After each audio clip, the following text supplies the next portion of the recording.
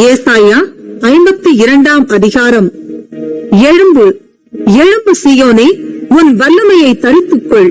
பரிசுத்த நகரமாகிய எருசலேமே, உன் அலங்கார வஸ்திரங்களை உடுத்திக்கொள். விருத்த சேதனம் இல்லாதவனும் அசுத்தனும் இனி உன்னிடத்தில் வருவதில்லை. பூசியை உதறிவிட்டு எழுந்திரு. எருசலேமே, வீற்றிரு. சிறைப்பட்டு போன சீயோன் குமாரத்தியே, உன் கழுத்தில் உள்ள கட்டுகளை அவிழ்த்துவிடு. விலையின்றி விற்கப்பட்டீர்கள், பணமின்றி மீட்கப்படுவீர்கள் என்று கர்த்தர் சொல்லுகிறார். பூர்வத்தில் என் ஜனங்கள் தங்கும்படி எகிப்துக்கு போனார்கள். அசீரியனும் முகாந்தரம் இல்லாமல் அவர்களை ஒடுக்கினான் என்று கர்த்தராகிய ஆண்டவர் சொல்லுகிறார். இப்பொழுது எனக்கு இங்கே என்ன இருக்கிறது? என் ஜனங்கள் வீதாவாய் கொண்டு போகப்பட்டார்கள். அவர்களை ஆளுகிறவர்கள் அவர்களை அலற பண்ணுகிறார்கள். நித்தமும் இடைவிடாமல் என் நாமம் தூஷிக்கப்படுகிறது என்று கர்த்தர் சொல்லுகிறார்.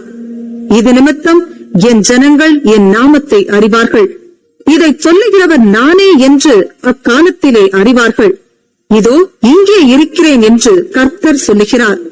சமாதானத்தை கூறி நற்காரியங்களை சுவிசேஷமாய் அறிவித்து ரட்சிப்பை பிரசித்தப்படுத்தி உன் தேவன் ராஜரிகம் பண்ணுகிறார் என்று சீயோனுக்கு சொல்லுகிற சுவிசேஷகனுடைய பாதங்கள் மலைகளின் மேல் எவ்வளவு அழகாயிருக்கின்றன. உன் ஜாமக்காரருடைய சத்தம் கேட்கப்படும். அவர்கள் சத்தமிட்டு ஏகமாய் கெம்பீரிப்பார்கள். ஏனென்றால் கர்த்தர் சீயோனை திரும்பி வர பண்ணும் போது அதை கண்ணார காண்பார்கள். எருசலேமின் பாழான ஸ்தலங்களே, முழங்கி ஏகமாய் கெம்பீரித்து பாடுங்கள்.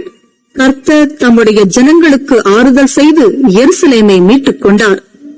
எல்லா ஜாதிகளின் கண்களுக்கு முன்பாகவும் கர்த்தர் தம்முடைய பரிசுத்த புயத்தை வெளிப்படுத்துவார்.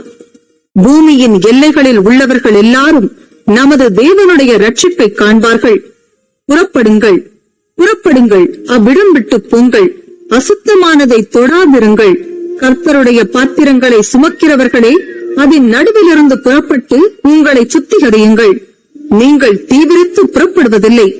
நீங்கள் ஓடிப் போகிறவர்கள் போல ஓடிப்போவதும் இல்லை. கர்த்தர் உங்கள் முன்னே போவார். இஸ்ரவேலின் தேவன் உங்கள் பிறகே உங்களை காக்கிறவராயிருப்பார்.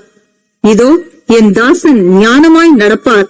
அவர் உயர்த்தப்பட்டு மேன்மையும் மகா உன்னதமுமாயிருப்பார்.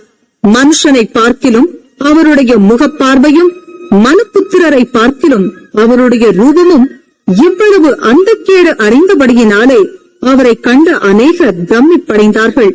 அப்படியே அவர் அநேகம் ஜாதிகள் மேல் தெளிப்பார். அவர் நிமித்தம் ராஜாக்கள் தங்கள் வாயை மூடுவார்கள். ஏனெனில் தங்களுக்கு தெரிவிக்கப்படாதிருந்ததை அவர்கள் காண்பார்கள், கேள்விப்படாதிருந்ததை அவர்கள் அறிந்து கொள்வார்கள்.